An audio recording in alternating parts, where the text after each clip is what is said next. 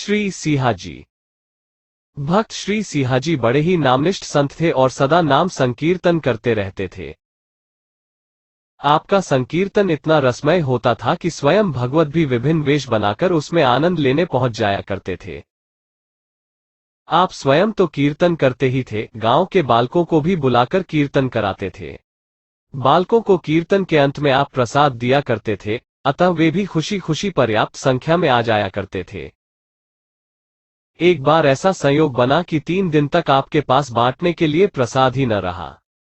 इससे आपको बड़ी चिंता हुई, साथ ही दुख भी हुआ। आपको इस प्रकार चिंतित देख चौथे दिन भगवान स्वयं बालक बनकर आए और सबको उनकी इच्छा के अनुसार इच्छा भर लड्डू वितरित किए और फिर रात्रि में आपसे स्वप्न में कहा कि अब आपको चिंता करने की आवश्यकता नहीं है, प्रसाद न रहने पर मैं स्वयं वेश बदलकर प्रसाद बांटा करूंगा, आप बस कीर्तन कराइए। अब भगवान प्रतिदिन वेश बदलकर आपके कीर्तन में सम्मिलित होने लगे। एक दिन वे एक सेठ के पुत्र का रूप धारण करके आए और कीर्तन में सम्मिलित हो गए। संयोग से वो सेठ भी उस दिन कीर्तन में आ गया, जिसके पुत्र का रूप धारण कर भगवान आए थे।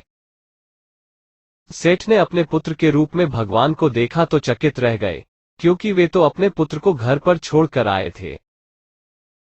वे जल्दी से अपने घर गए तो वहां पुत्र को बैठे देखा।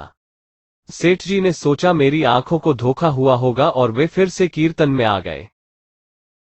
परंतु यहां आने पर फिर उन्हें अपने पुत्र के रूप में भगवान दिखाई दिए। सेठ जी चकित। अब वे एक बार घर जाते और फिर वापस कीर्तन में आते और दोनों जगह अपने पुत्र को देखते। अंत में हारकर उन्होंने यह बात श्री सिंहाजी से कही। इस पर आपने कहा, सेठ जी, आप घर जाकर अपने पुत्र को यही लेते आइए। जब सेठ जी घर से अपने पुत्र को लेकर आए तो भगवान अंतर्धान हो गए। यह देखकर आप समझ गए कि सेठ के पुत्र के रूप में स्वयं श्री भगवान ही पधारे थे। इस प्रकार आपका संकीर्तन अत्यंत दिव्य हुआ करता था। जय जय श्री राधे।